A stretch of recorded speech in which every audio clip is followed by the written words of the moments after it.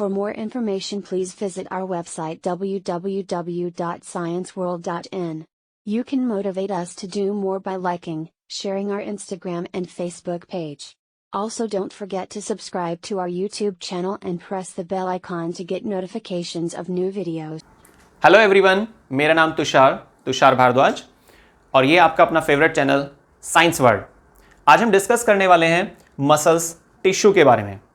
क्या होते हैं मसल्स टिश्यू, कौन सी ऐसी मेम्ब्रेन है या कौन सी ऐसी स्ट्रक्चर है जहां से ये ओरिजिनेट होते हैं, क्या इनकी कोई स्पेशल कैरेक्टरिस्टिक्स है, कोई स्पेशल फंक्शन होता है। ठीक है, तो ये सब चीज़ें हम डिस्कस करेंगे और साथ में ये भी आपको बताया जाएगा कि मसल्स टिश्यू कितने तरह के होते हैं। ठीक है, तो सबसे पहले हम मसल्स टिश्यू क्या है वो सुनते हैं। देखिए, इसमें आपको कुछ पॉइंट्स कवर करने होते हैं। Number first, origin. ओरिजिन की जब बात की जाती है तो यहां पर एक नाम आता है मीजोडर्म। देखिए, जब एम्ब्रियो डेवलप करता है, एम्ब्रियो डेवलप करने के दौरान एक आपने टॉपिक सुना होगा और वो है ऑर्गेनोजेनेसिस। तो एम्ब्रियो डेवलपमेंट के दौरान जिक्र आता है 3 लेयर्स का, 3 मेम्ब्रेन का, एक्टोडर्म, मीजोडर्म और एंडोडर्म। यहां पर मैंने नाम लिखा है 3 में से एक, वो है मीजोडर्म। मीजोडर्म एक तरह की जर्मिनल लेयर होती है, इसको हम जर्मिनल लेयर के नाम से भी जानते हैं। ठीक है, तो मीजोडर्म का उद्देश्य होता है, मीजोडर्म का अपना एक काम होता है और वो काम क्या है? Muscles tissue. हमारी बॉडी में जितने भी टिश्यू पाए जाते हैं उन सभी में से मसल्स टिश्यू, सभी के सभी मसल टिश्यू कौन बनाती है? मीजोडर्म। क्लियर? लेकिन कुछ टिश्यू ऐसे हैं जो मीजोडर्म के द्वारा नहीं बन पाते हैं या मीजोडर्म से ओरिजिनेट नहीं हो पाते हैं। ठीक है, वो टिश्यू कौन से हैं, तो फिर वो कौन सी मेम्ब्रेन से जनरेट होंगे, उसके लिए नाम आता है एक एक्टोडर्म। एक्टोडर्म कुछ सेलेक्टेड टिश्यू हैं, कुछ सेलेक्टेड मस्कुलर टिश्यू हैं जिनको ओरिजिनेट करता है और वो क्या नाम है? Salivary gland.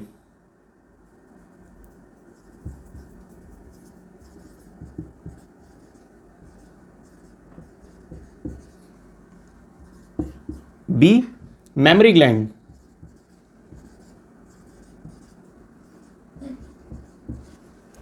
Salivary gland, mammary gland, iris के जो मसल्स हैं, मसल्स टिश्यू हैं, उनको भी कौन बनाता है?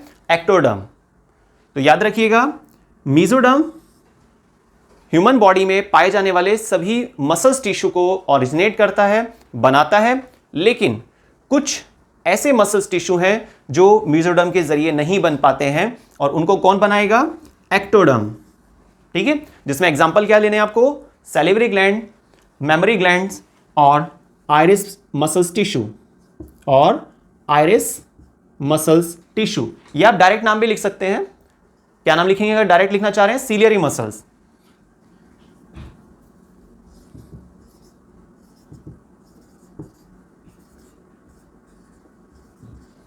Ciliary muscle.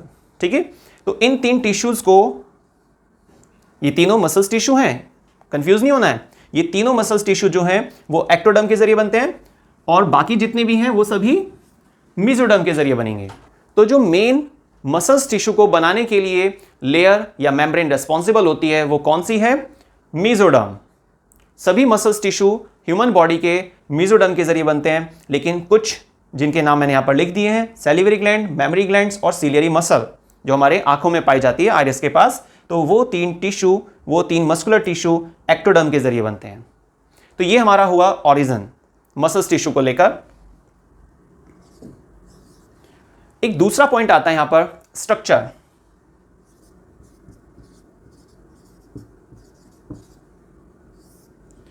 स्ट्रक्चर की जब बात की जाती है तो वहां पे एक मेन जो नाम आएगा वो है मायोफाइब्रिल।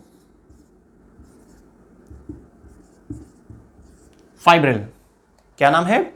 मायोफाइब्रिल। देखिए, मसल्स टिश्यू या मस्कुलर टिश्यू, मसल्स टिश्यू बने होते हैं फाइबर लाइक स्ट्रक्चर, जिसको हम क्या बोलते हैं? मायोफाइब्रिल।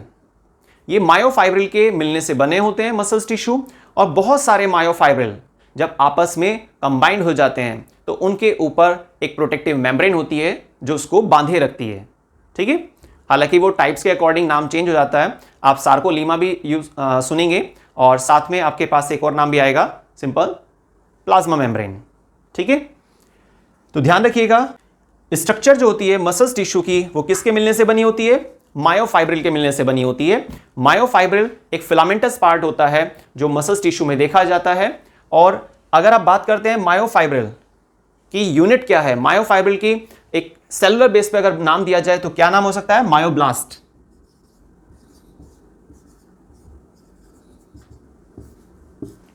मायोब्लास्ट या इसको सार्कोसिस्ट के नाम से भी जाना जाता है।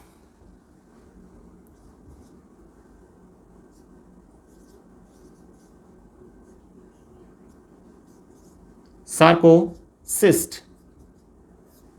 ठीक है। मायोब्लास्ट या सार्कोसिस्ट ये मसल्स टिश्यू में पाए जाने वाली सेल हैं, आप ऐसा भी डायरेक्ट बोल सकते हैं।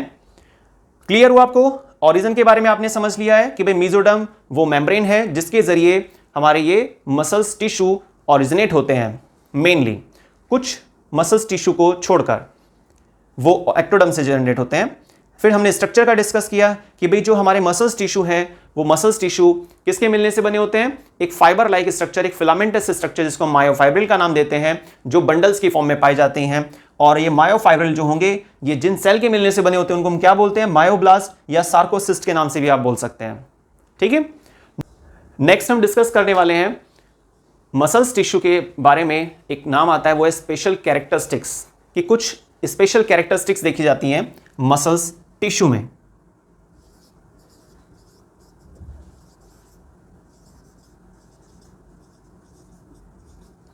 स्पेशल कैरेक्टर क्या होता है इसका? देखिए स्पेशल कैरेक्टर क्या है, यहां पर दो नाम सुनने को मिलते हैं, पॉइंट्स लिख लेते हैं हम। A point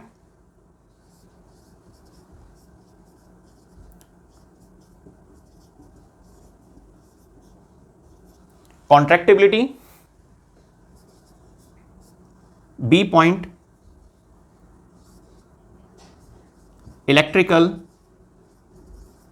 excitability.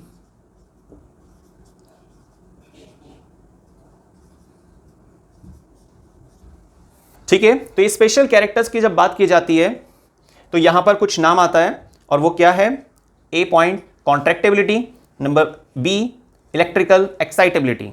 देखिए इनका मीनिंग क्या होता है। कॉन्ट्रैक्टिबिलिटी का मतलब है कि मसल्स जो होती हैं, मसल्स टिश्यू जो होते हैं जो ह्यूमन में पाए जाते हैं, ये कभी भी एक्सटेंड नहीं होते हैं। मसल्स टिश्यू जो पाए जाते हैं ह्यूमन में वो कभी भी एक्सटेंड नहीं होते हैं, या तो कॉन्ट्रैक्शन फेज में जाएंगे, ठीक, या तो कॉन्ट्रैक्शन फेज में जाते हैं या फिर रिलैक्स्ड स्टेट में आते हैं, लेकिन ये मसल्स में एक्सटेंशन नहीं होता है। क्लियर? अगर सिंपल कहा जाए कि भाई मसल्स जो होती हैं वो एक्सटेंड नहीं होती हैं, या तो कॉन्ट्रैक्शन फेज में आती हैं या फिर वापस से रिलैक्स स्टेट में आती हैं। लेकिन ये जो बात थी, ये मसल्स के बारे में जो पॉइंट मैंने आपको अभी एक्सप्लेन किया, ये सबसे पहले किसने बताया? हुक्सले,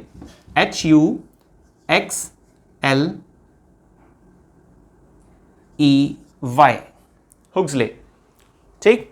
तो हुक्सले वो साइंटिस्ट थे जिन्होंने बताया मसल्स नेवर एक्सटेंड, मसल्स कभी एक्सटेंड नहीं होती हैं, सिर्फ कॉन्ट्रैक्शन फेज में जा सकती हैं या रिलैक्स्ड स्टेट में आ सकती हैं।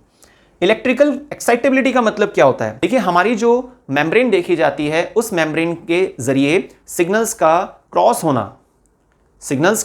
होना वो इलेक्ट्रिकल फॉर्म में होता है, ठीक है, जिसके बेस पे हम क्या बोलते हैं? कंसंट्रेशन ग्रेडियंट जनरेट होता है। ग्रेडियंट मींस डिफरेंस, और जब ये डिफरेंस होता है तभी वहां पर मूवमेंट जो होती है पॉसिबल होती है, अंदर से बाहर या बाहर से अंदर की तरफ, ठीक है। तो ये स्पेशल कैरेक्टर हुआ हमारे मसल्स टिश्यू का, जिसमें सबसे पहला पॉइंट था कॉन्ट्रैक्टिबिलिटी और सेकंड था इलेक्ट्रिकल एक्साइटेबिलिटी। चलिए नेक्स्ट डिस्कस करते हैं फंक्शन के बारे में।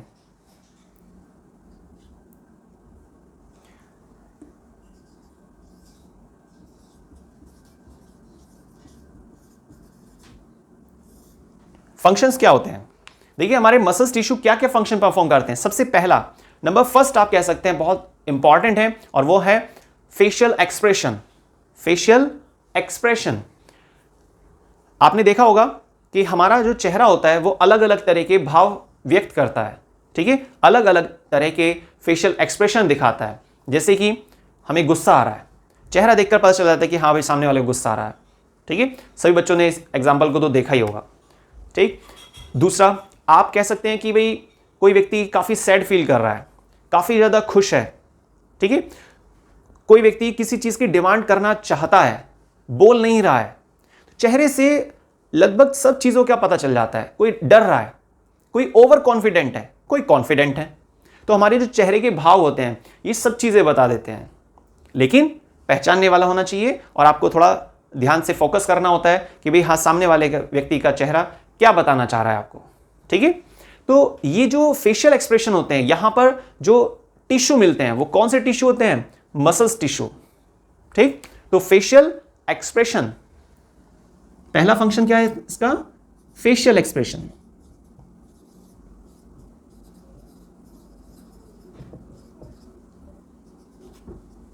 Second, muscular movement. हम जो मूवमेंट कर पाते हैं ये भी किस बेस पर होती है? मसल्स टिश्यू के बेस पर। ठीक है, muscular movement.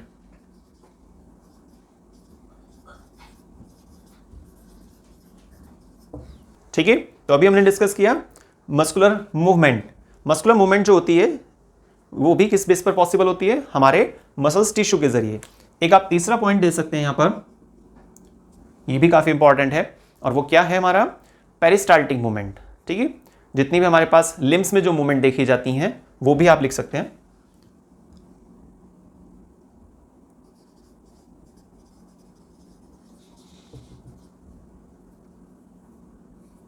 Movement of limbs. Limbs क्या होते हैं? देखिए दो तरह के लिम्स होते हैं, फोर लिम और हिंड लिम। फोर लिम आता है हाथों के लिए, हिंड लिम आता है पैरों के लिए। तो यहां पर ये जो मूवमेंट हो रही है ये भी किस बेस पर पॉसिबल होती है? मसल्स टिश्यू के बेस पर। तो यहां पर मसल्स टिश्यू पाए जाते हैं। ठीक, तो हमने अभी फंक्शन डिस्कस किए। अगर देखा जाए कि भाई मसल्स टिश्यू को हम कितने पार्ट्स में क्लासीफाई कर सकते हैं, तो वहां पर 3 पॉइंट्स बनेंगे आपके पास। ए स्ट्राइप्ड, बी अनस्ट्राइप्ड, सी कार्डिक। क्लियर? तो मसल्स टिश्यू के बारे में अब जो हम पढ़ने वाले हैं वो क्या है? स्ट्राइप्ड, अनस्ट्राइप्ड और कार्डिक। ये तीनों ही मसल्स टिश्यू हैं, लेकिन इनकी लोकेशन अलग अलग होती है, इनकी स्ट्रक्चर अलग अलग होती है, इनके फंक्शन भी अलग अलग होते हैं। ठीक है, तो स्ट्राइप जो होते हैं इनको हम वॉलेंट्री बोलते हैं, ये इनवॉलेंट्री बोल सकते हैं आप इसको, हमारे कंट्रोल में नहीं होते हैं डायरेक्टली। और कार्डिक जो होते हैं ये वॉलेंट्री इनवॉलेंट्री लिस्ट से बाहर हैं, इसको हम हालांकि वॉलेंट्री ही बोल। तो अब हम डिस्कस करेंगे स्ट्रिप्ड, अनस्ट्रिप्ड और कार्डिक मसल्स टिश्यू के बारे में। चलिए स्टार्ट करते हैं। मसल्स टिश्यू को आप 3 पार्ट्स में क्लासिफाई कर सकते हैं। Number first, striped.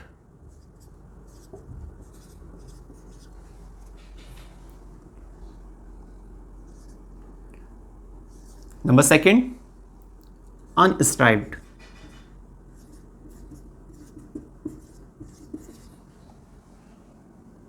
And last number third, cardiac. तो ये हमारे पास 3 तरह के मसल्स टिश्यू पाए जाते हैं, और कौन से हैं वो? स्ट्राइप्ड। स्ट्राइप्ड के लिए एक दूसरा नाम डाल सकते हैं आप, और वो क्या है? वॉलेंट्री। अनस्ट्राइप्ड को दूसरा नाम दे सकते हैं आप इनवॉलेंट्री।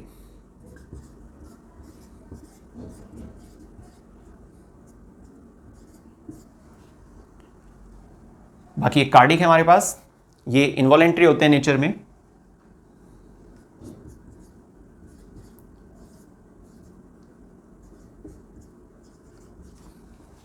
ठीक है, तो ये इन टिश्यूज के अदर नेम है। ये फंक्शन के अकॉर्डिंग लिखा है मैंने। देखिए स्ट्राइप जो होते हैं, सबसे पहले हम स्ट्राइप को डिस्कस करते हैं। मसल्स टिश्यू में फर्स्ट जो पॉसिबिलिटी होती है, जो फर्स्ट टाइप होता है वो है स्ट्राइप्ड, जिसको हम वॉलेंट्री मसल्स टिश्यू के नाम से जानते हैं। इनका नाम ऐसा इसलिए रखा गया क्योंकि ये हमारी इच्छा पर डिपेंड करते हैं। किस पर डिपेंड करते हैं? हमारी इच्छा पर। अब वो किस तरीके से, देखिए लोकेशन से आपको आइडिया हो जाएगा कि ऐसा क्यों बोला गया। स्टार्टिंग ऑफ एसोफेगस, जो एसोफेगस होता है, जो फूड पाइप होता है, फूड पाइप के स्टार्टिंग में ये टिश्यू पाए जाते हैं। जब हम फूड को स्वेलो करते हैं ना, जब हम फूड को निगलते हैं, ठीक है, तो फूड हमारा कहाँ जाता है, फूड पाइप में एंटर करता है, फूड पाइप के जरिए फिर कहाँ जाएगा, हमारे स्टमक में पहुंचता है। लेकिन फूड को जब हमने स्वेलो करना स्टार्ट किया तो हमारा जो ये फूड पाइप होता है, जिसको हम क्या बोल रहे हैं, एसोफेगस बोल रहे हैं, इस एसोफेगस का जो स्टार्टिंग वाला हिस्सा होता है वो स्ट्राइप्ड टिश्यू के मिलने से बना होता है। मींस मसल्स टिश्यू होते हैं वो, पर कौन से वाले मसल्स टिश्यू होते हैं, स्ट्राइप्ड वाले, ठीक है। तो याद रखिएगा आप, स्टार्टिंग ऑफ एसोफेगस यहां ये देखे जाते हैं। दूसरी इसकी लोकेशन क्या हो सकती है, दूसरी लोकेशन में देखिए आप यहां पर लिम्स,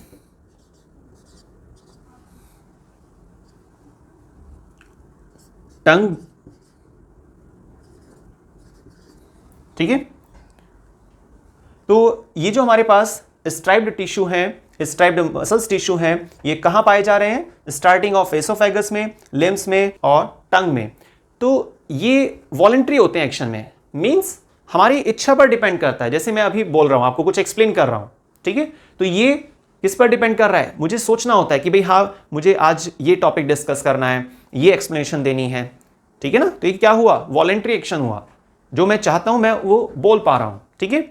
स्वेलो करना है मुझे, आपने फूड डाइजेस्ट करने के लिए जब ओरल कैविटी से फूड पाइप में जाता है तो हम उसको स्वेलो करते हैं ना, निगलते हैं ना फूड को, तो उसके लिए जो फूड पाइप का स्टार्टिंग वाला हिस्सा होता है, वो स्टार्टिंग वाला पार्ट किसके मिलने से बना होता है, मसल्स टिश्यू के। पर कौन से वाले मसल्स टिश्यू, स्ट्राइप्ड, क्लियर। तो याद रखिएगा, अभी हमने सबसे पहले डिस्कस किया इसकी लोकेशन के बारे में, है ना। अब हम इसके एक बार स्ट्रक्चर देखते हैं।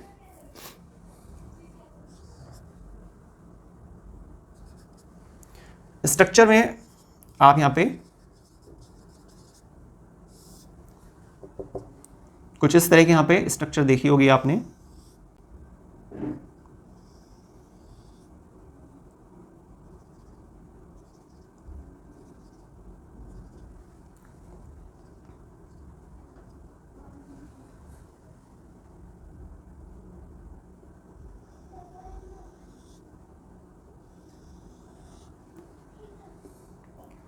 तो जब आप स्ट्राइप्ड की बात करते हैं, पट्टी नुमा भी कह देते हैं इसको, तो यहां पर ऐसे स्ट्रेशंस मिलते हैं आपको बीच बीच में, और ये ऐसे न्यूक्लियस यहां पर देखा जाता है।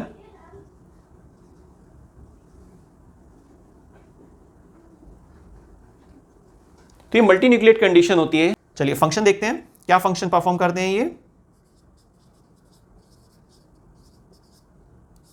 देखिए जब आप फंक्शन की बात करेंगे तो यहां पर एक एलिमेंट है जो बहुत एसेंशियल होता है, और उसका नाम क्या है, कैल्शियम। क्या है वो एलिमेंट, कैल्शियम। कैल्शियम आयन आप जानते हैं +2 वैलेंसी होती है उसकी। तो कैल्शियम की बहुत ज्यादा जरूरत होती है, कैल्शियम एसेंशियल है मसल्स कॉन्ट्रैक्शन के लिए। और हमारा जो ये टॉपिक चल रहा है मसल्स टिश्यू के अंदर, नंबर फर्स्ट स्ट्राइप्ड, है ना। तो ये स्केलेटल, इसका एक और नाम भी है, स्केलेटल टिश्यू भी बोल सकते हैं आप, स्केलेटल मसल्स टिश्यू भी कह सकते हैं। तो ये जो स्केलेटल टिश्यू है ये अपना फंक्शन परफॉर्म करते हैं मसल्स कॉन्ट्रैक्शन का, लेकिन कब करते हैं, जब कैल्शियम आयन की प्रेजेंस होती है, ठीक है। तो कैल्शियम आयन की प्रेजेंस होने के बाद यहां पर जो एक्टिन और मायोसिन, दो तरह की प्रोटीन पाई जाती है, ये मिलकर एक नई चीज बनाती है जिसको क्या बोलते हैं, एक्टोमायोसिन। क्या बोलते हैं, एक्टोमायोसिन। एक्टिन प्लस मायोसिन के मिलने से क्या बनता है, एक्टोमायोसिन, लेकिन कैल्शियम आयन की प्रेजेंस में, ठीक है। तो याद रखिएगा कि जो स्ट्रक्चर है वो आपने स्ट्रिप्ड फॉर्म में दिखानी है, स्ट्रिप्ड की फॉर्म में दिखानी है, जिसमें से स्ट्रेशंस होते हैं, और फंक्शन क्या करते हैं ये, मसल्स कॉन्ट्रैक्शन का। तो स्ट्राइप्ड आपने अभी टॉपिक क्लियर किया, ये हमारे मसल्स टिश्यू का एक टाइप था स्ट्राइप्ड, जिसको हम वॉलंटरी एक्शन बोलते हैं। और हमारी बॉडी में ये कहाँ कहाँ मिलते हैं, स्टार्टिंग ऑफ एसोफेगस में, लिम्ब में और टंग में। साथ में आप ये भी बोल सकते हैं कि हमारी बॉडी का जो स्केलेटल सिस्टम है, हमारी बॉडी में जो बोन्स पाई जाती हैं, वहाँ पर जो मसल्स मिलती हैं वो कौन सी होती हैं? Striped muscles. ठीक है, वो कौन सी मसल्स होती हैं? स्ट्राइप्ड मसल्स टिश्यू देखे जाते हैं, या स्ट्राइप्ड मस्कुलर टिश्यू कह सकते हैं, जो वॉलेंट्री हैं एक्शन में। ठीक है, ध्यान रखिएगा। बाकी फिर हमने स्ट्रक्चर के बारे में डिस्कस किया। स्ट्रक्चर में अगर आप थोड़ा और ऐड करना चाहें तो कर सकते हैं कि हमारे जो स्केलेटल मसल्स टिश्यू होते हैं, स्केलेटल मसल्स टिश्यू बने होते हैं किसके मिलने से? मायोफाइब्रिल के मिलने से। किसके मिलने से बने होते हैं? मायोफाइब्रिल के मिलने से, जो एक फाइबर लाइक स्ट्रक्चर है जिसके अंदर अल्टरनेट फॉर्म में light band, dark band, light band, इस तरीके से स्ट्रक्चर देखी जाती है और वो स्ट्राइप्ड फॉर्म में होती है, इसलिए हम इसको स्ट्राइप्ड मसल्स टिश्यू का नाम भी दे रहे हैं। स्ट्रक्चर में आप ऐसा एक डायग्राम दिखा सकते हैं, दो स्ट्राइप्ड दिखा देंगे, उसको कनेक्ट कर देंगे। हालांकि ये बहुत सारे होते हैं, लंप सा होता है एक तरह का। और अगर आप इसमें थोड़ा और एक्सप्लेनेशन ऐड करना चाहते हैं तो आप बोलेंगे कि देखिए जो हमारे मसल्स टिश्यू हैं, उन मसल्स टिश्यू के अंदर मायोफाइब्रिल होता है। क्या होता है? मायोफाइब्रिल। मायोफाइब्रिल क्या? एक फिलामेंटस स्ट्रक्चर होती है, फाइबर लाइक स्ट्रक्चर होती है। और ये जो फाइबर होता है, मसल फाइबर बोल दीजिए आप सीधा, तो ये जो मसल फाइबर है इसके अंदर अगर यूनिट का आप जिक्र करेंगे तो क्या नाम आएगा? सार्कोमियर। क्या नाम आता है? सार्कोमियर। तो मसल फाइबर की यूनिट क्या हुई? सार्कोमियर।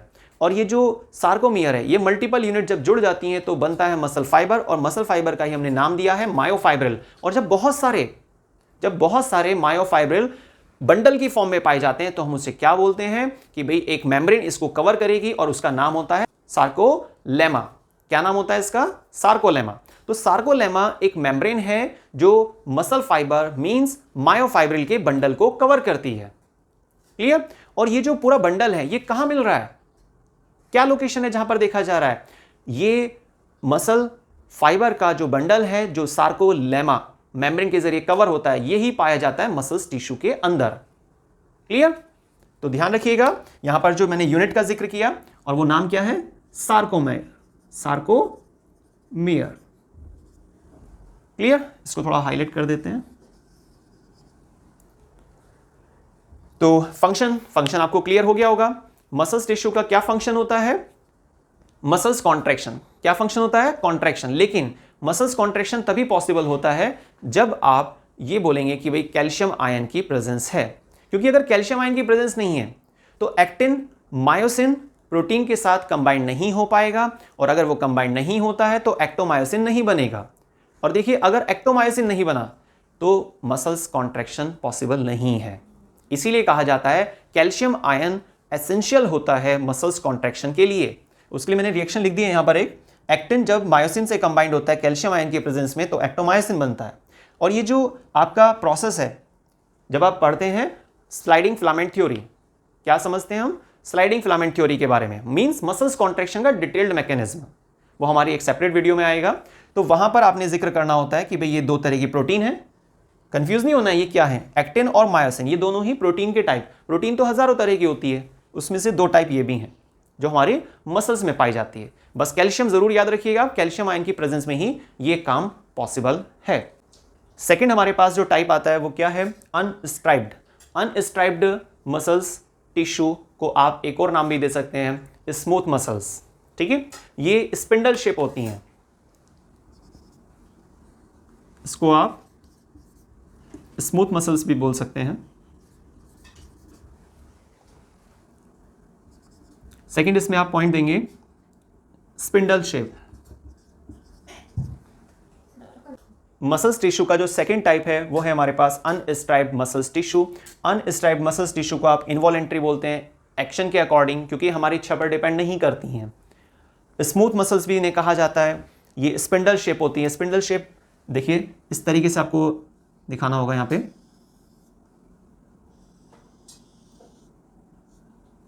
जिसकी कॉर्नर्स होते हैं वो टैपरिंग होते हैं। कैसे होते हैं कॉर्नर? टैपर्ड होते हैं। ठीक है, जैसे कि आपने पेंसिल को दोनों साइड से शार्प कर दिया है तो ये जो कंडीशन हमारे पास बन जाती है, इसको हम क्या बोलते हैं? Spindle shape. कैसे होते हैं ये? Spindle shape. और स्मूथ मसल्स इनका एक दूसरा नाम है। अब लोकेशन क्या है, कहां पर देखी जाती हैं ये वाली मसल्स जो हमारे अनस्ट्राइप्ड होती हैं? ब्लैडर में,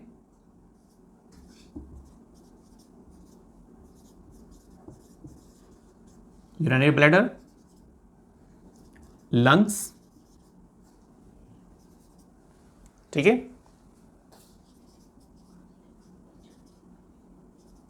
स्टमक।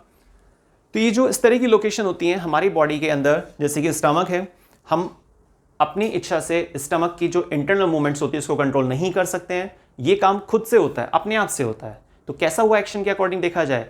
इनवॉलेंट्री। लंग्स की जो मूवमेंट होती है वो भी इनवॉलेंट्री होती है। ब्लैडर का जो कॉन्ट्रैक्शन है, जो रिलैक्सेशन है, ये सब मूवमेंट भी इनवॉलेंट्री एक्शन में है। तो यहां पर जो मसल्स पाई जाती हैं वो कौन सी होती हैं? स्मूथ मसल्स होती हैं। तो ऐसे मसल्स टिश्यू जो कहां पर मिल रहे हैं? यूरिनरी ब्लैडर में, लंग्स में, स्टमक में। और तो ये सभी कैसे होंगे? हमारी इच्छा पर डिपेंड नहीं करते हैं, ये रेगुलर अपने बेसिस पर ही काम करते हैं जैसे इनको स्टिमुलस मिलता है। और किसके कंट्रोल में होते हैं? Autonomic nervous system.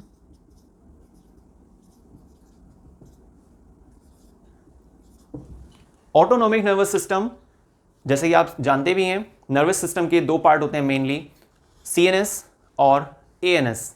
पीएनएस को थोड़ा अलग तरीका होता है क्लासिफाई करने का।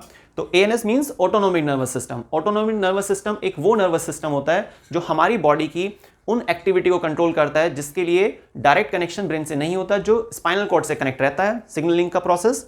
तो याद रखिएगा, स्मूथ मसल्स की एक्टिविटी को कौन कंट्रोल करता है? स्मूथ मसल्स मींस अनस्ट्रैप्ड जो मसल्स होती हैं, कौन कंट्रोल करता है? Autonomic nervous system. क्लियर?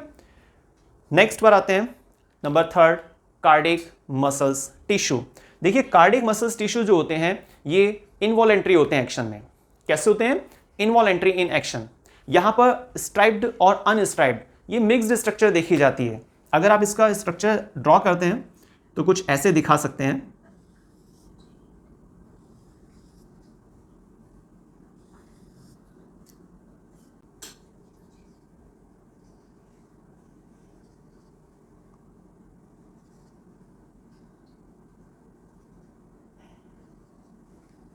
ठीक है, तो ध्यान रखिएगा कि यहां पर कार्डियक मसल्स में जो आप स्ट्रक्चर ड्रॉ करेंगे तो वहां पर ये स्ट्राइप्ड और अनस्ट्राइप्ड दोनों का पॉसिबल केस होता है। दोनों ही तरह की यहां पर स्ट्रक्चर देखी जाती है, स्ट्राइप्ड फॉर्म में भी और अनस्ट्राइप्ड भी।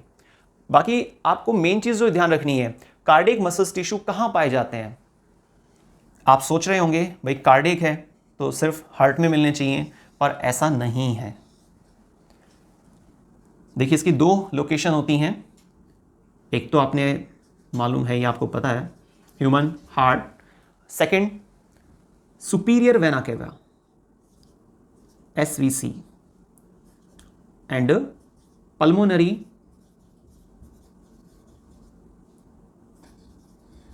वेन। देखिए, जो लार्ज साइज्ड वेन होती हैं, ठीक है, कौन सी? जो लार्ज साइज्ड वेन्स होती हैं, वहां पर हमारे पास कौन सी मसल्स होती हैं? कौन से मसल्स टिश्यू हैं? Cardiac muscles tissue, large sized veins, जिसमें एक नाम आता है superior vena cava. Superior vena cava, short में SVC बोलते हैं इसको। ये हार्ट में एंटर करने वाले पाइप होते हैं, ठीक है। और जैसे हमने यहां पर देखा पल्मोनरी वेन।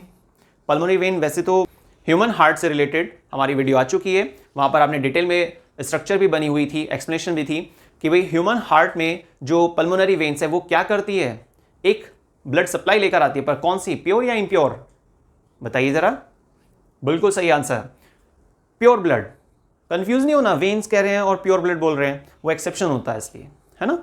तो लार्ज साइज जो वेन होती हैं वहां पर, और हमारा जो हार्ट है, ह्यूमन हार्ट, यहां पर कार्डियक मसल्स पाई जाती हैं जो इनवॉलेंट्री होती हैं एक्शन में, हमारे कंट्रोल में नहीं है, ठीक है ना। और इस तरीके से हमारे पास मसल्स टिश्यू का टॉपिक कंप्लीट हो गया है, जिसमें हमने क्या देखा, एक बार उसका इंट्रोडक्शन ले लेते हैं फिर से। हमने सबसे पहले डिस्कस किया मसल्स टिश्यू क्या होते हैं, जनरल इंट्रोडक्शन। उसके बारे में मेसोडर्म का जिक्र आया कि भाई मेसोडर्म एक वो मेम्ब्रेन है, वो लेयर होती है जो एम्ब्रियो डेवलपमेंट के दौरान डिसाइड करती है कि भाई सारे मसल्स टिश्यू उसी को बनाने हैं, ठेका ले लिया उसने, ठीक है। लेकिन कुछ छोड़कर, वो मैंने वहां पर 3 एग्जाम्पल बताए भी थे आपको, ठीक है, जैसे कि सैलिवरी ग्लैंड था, मेमोरी ग्लैंड वगैरह ये सब। लेकिन उन कुछ टिश्यूज को बनाने के लिए मेसोडर्म काम नहीं आ पाती है, उसके लिए एक्टोडर्म शामिल होती है, ठीक है। टोटल 3 लेयर थी, एक्टोडर्म, मेसोडर्म और एंडोडर्म। नेक्स्ट फिर हमने देखा कि मसल्स टिश्यू जो होते हैं उनका क्या फंक्शन होता है। साथ में फिर हमारे पास एक टॉपिक डिस्कस हुआ कि भाई हम इसको क्लासिफाई कर सकते हैं मसल्स टिश्यू को, और कितने पार्ट में हमने क्लासिफाई किया, 3 पार्ट में हमने क्लासिफाई किया। Number first striped, number second unstriped और नंबर थर्ड कार्डिक। तो देखिए जो स्ट्राइप्ड मसल्स टिश्यू होते हैं, स्ट्राइप्ड मसल्स टिश्यू को बिल्कुल बिना कंफ्यूजन के आप एक दूसरा नाम दे सकते हैं, और वो नाम क्या है, स्केलेटल मसल्स टिश्यू। क्योंकि हो सकता है आपके पास जो बुक हो उसमें इस नाम से दिया हो, तो हमें अदर नेम भी मालूम होने चाहिए। अब मैं आपको इस पॉइंट को क्लियर कर देता हूं कि भाई इसको ऐसा नाम क्यों दिया गया दूसरा। देखिए जो हमारा स्केलेटल सिस्टम होता है, जहां जहां टिश्यूज होते हैं, मसल्स टिश्यू होते हैं, तो वो मसल्स टिश्यू जब आप स्ट्रक्चर के अकॉर्डिंग चेक करते हैं तो वहां पे स्ट्रेशंस मिलते हैं, इसलिए इसको स्ट्रेटेड भी बोलते हैं। इसीलिए इसको स्केलेटल मसल्स टिश्यू को आप स्ट्रेटेड भी कह सकते हैं, स्ट्राइप्ड भी कह सकते हैं, और वॉलंटरी इन एक्शन, ठीक है, वॉलंटरी मसल्स टिश्यू भी कह सकते हैं। देखिए 4 नाम हो गए हमारे पास, ठीक है।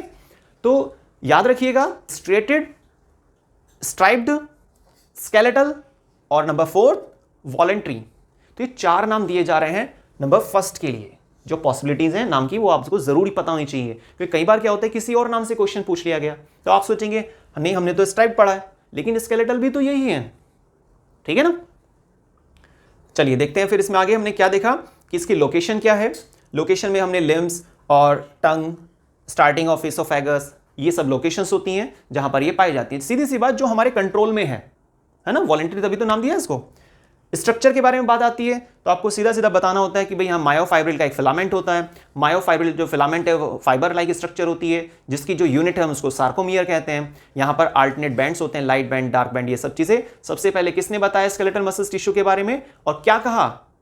हुक्सले वो साइंटिस्ट थे जिन्होंने सबसे पहले एक्सप्लेन किया मसल्स टिश्यू को, ठीक है, स्केलेटल मसल्स टिश्यू को। उन्होंने मसल्स टिश्यू की स्लाइडिंग फिलामेंट थ्योरी के बारे में भी बताया। उन्होंने कहा बिल्कुल क्लियर कट लाइन कि मसल्स कभी भी एक्सटेंड नहीं होती हैं, मसल्स कभी भी एक्सटेंड नहीं होती, वो हमेशा या तो कॉन्ट्रैक्शन फेज में जाएंगी या फिर रिलैक्स्ड स्टेट में आ सकती है, अपने इनिशियल कंडीशन को मेंटेन कर सकती हैं, पर एक्सटेंड नहीं होती हैं, ठीक है, सिंपल ध्यान रखिएगा। फिर हमने फंक्शन के बारे में लिया स्ट्राइप्ड के अंदर कि भाई क्या फंक्शन परफॉर्म करते हैं। स्केलेटल मसल्स तो आपको पता है वैसे भी कि क्या फंक्शन परफॉर्म करती हैं, कि आपका मसल्स कॉन्ट्रैक्शन का काम कर रही हैं। लेकिन ये मसल्स कॉन्ट्रैक्शन जो हो रहा है ना, एक एलिमेंट की प्रेजेंस में हो रहा है, बस आप उसका नाम जरूर ध्यान रखिएगा, और वो क्या है? कैल्शियम। तो कैल्शियम आयन की जब प्रेजेंस होती है तो ये जो मायोफाइब्रिल स्ट्रक्चर हमारे हाथों में, पैरों में या जो भी लोकेशन है वहां पर देखी जा रही है, तो मसल्स कॉन्ट्रैक्शन करेगा। लेकिन कब करेगा? जब एक्टिन प्रोटीन और मायोसिन प्रोटीन के साथ वहां पर कैल्शियम आयन भी होगा। तो मसल्स कॉन्ट्रैक्शन इसका एक मेन फंक्शन होता है। क्लियर हुआ फर्स्ट राउंड। सेकंड में हमने क्या डिस्कस किया? अनस्ट्रैप्ड। यहां पर स्ट्रेशंस नहीं होती, ये क्या होते हैं? स्पिंडल शेप होते हैं, ठीक है। कैसे होते हैं ये? Spindle shape. जो कॉर्नर्स होते हैं वो टैपरिंग फॉर्म में होते हैं, जैसे आपने पेंसिल को दोनों साइड से शार्प कर दिया तो जो स्ट्रक्चर बनती है वो लगभग स्पिंडल शेप बन जाती है। दूसरी बात, हम इसको एक और नाम दे सकते हैं, वो है स्मूथ मसल्स टिश्यू। इनवॉलेंट्री भी होते हैं। इनवॉलेंट्री मींस हमारे कंट्रोल में नहीं है। अच्छा, आपके कंट्रोल में है क्या कि आप स्टमक की मूवमेंट्स को, जो इंटरनल मूवमेंट्स होती है, कंट्रोल कर सकते हैं? नहीं ना, तो इनवॉलेंट्री हुआ। ब्लैडर की मूवमेंट को कंट्रोल कर सकते हैं? नहीं ना, तो वो भी कैसा हुआ? इनवॉलेंट्री हुआ। कंट्रोल कौन करता है? हमारे ब्रेन का पार्ट, वो है autonomic nervous system, ANS. Last हमने डिस्कस किया कार्डियक मसल्स टिश्यू के बारे में, नंबर 3। कार्डियक मसल्स टिश्यू जो होते हैं ये भी इनवॉलेंट्री होते हैं एक्शन में। अगर स्ट्रक्चर की बात की जाए तो ये स्ट्रेटेड और नॉन स्ट्रेटेड, मींस स्ट्राइप्ड और अनस्ट्राइप्ड, दोनों का मिक्स फॉर्म होता है। ये कहां पाए जाते हैं? ह्यूमन हार्ट में पाए जाते हैं, और जो लार्ज वेन्स होती हैं, ठीक है, जैसे कि मैंने नाम लिखा हुआ है यहां पर, सुपीरियर वेना केवा और पल्मोनरी वेन, ठीक है। तो ये लोकेशंस है जहां पर मिलते हैं। अब हमारा टॉपिक मसल्स टिश्यू खत्म हो गया है। साथ में आपको ये चीज याद रखनी है कि हमारी जो पूरी बॉडी का वेट है उसका 40% पार्ट, हमारी पूरी बॉडी का जो वेट होता है उसका 40% पार्ट कौन कवर करता है? Muscles tissue. याद रखिएगा कितने परसेंट? 40% टोटल वेट का। क्लियर? एक और खास बात, सबसे जो स्ट्रॉन्ग मसल्स होती हैं, सबसे जो स्ट्रॉन्ग मसल्स होती हैं वो हमारे जबड़े में पाई जाती हैं, जॉज में पाई जाती हैं। ये भी सुना होगा या मे भी कहीं देखा हो कि जैसे लॉकिंग हो जाती है, जॉज कई बार लॉक हो जाते हैं, ठीक है, और ये जो जॉज की लॉकिंग हो रही है वो इतनी ज्यादा स्ट्रांग होती है कि अगर आप 200 न्यूटन की फोर्स अप्लाई कर रहे हैं, समझ पा रहे हैं, 200 न्यूटन की फोर्स अप्लाई कर रहे हैं, तब जाकर आप इसको ओवरकम कर पाएंगे। अदरवाइज क्या है, जॉज में परमानेंट लॉक्ड हो जाता है। जैसे आप रफ लैंग्वेज में आपने सुना होगा कि भाई जबाड़ी बंद हो गई है ना, कुछ इस तरह की बात। तो ध्यान रखिएगा, हमारे जॉज में हमारे जबड़े को लॉक करने के लिए जो मसल्स होती है, जिसको हम स्ट्रॉन्गेस्ट मसल्स बोलते हैं, वो कौन सी होती है, यहां पे नाम लिख लेते हैं।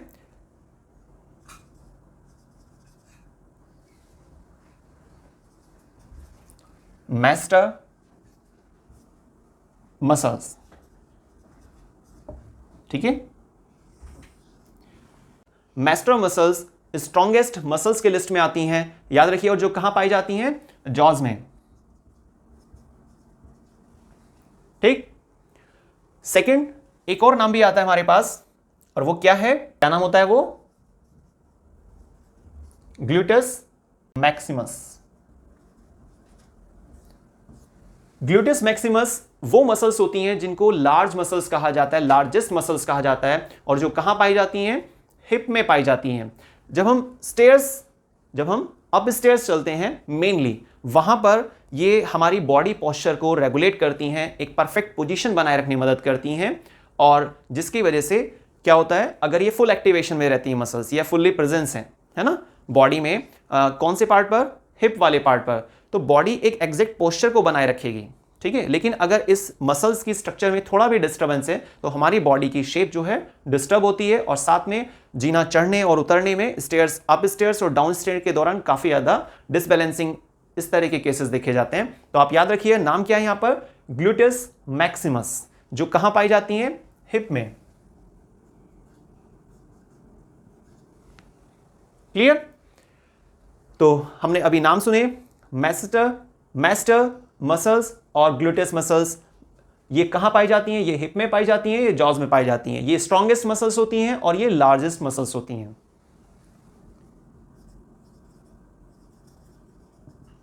ये लार्जेस्ट होती हैं और ये स्ट्रॉन्गेस्ट होती हैं।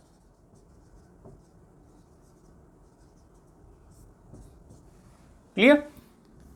तो आपने वीडियो को स्टार्टिंग से लास्ट तक देखा, उसके लिए बहुत बहुत धन्यवाद, थैंक्स बच्चों। और याद रखिएगा कि आपको वीडियो को क्या करना है, मैक्सिमम शेयर करना है, और देखते रहिए, और साथ में सब्सक्राइब करवाइए, और खुद भी सब्सक्राइब कीजिए अगर आपने अब तक सब्सक्राइब नहीं किया है, जिससे कि हमारा लेटेस्ट जो नोटिफिकेशन है, बेल आइकन को आप प्रेस करेंगे तो टाइमिंग पर अपडेट होता रहेगा, आपके पास पहुंचता रहेगा, जिससे कि वीडियोज़ आने के जस्ट बाद आप उसको अच्छे से देख सकें, समझ सकें, टॉपिक्स को क्लियर कर सकें।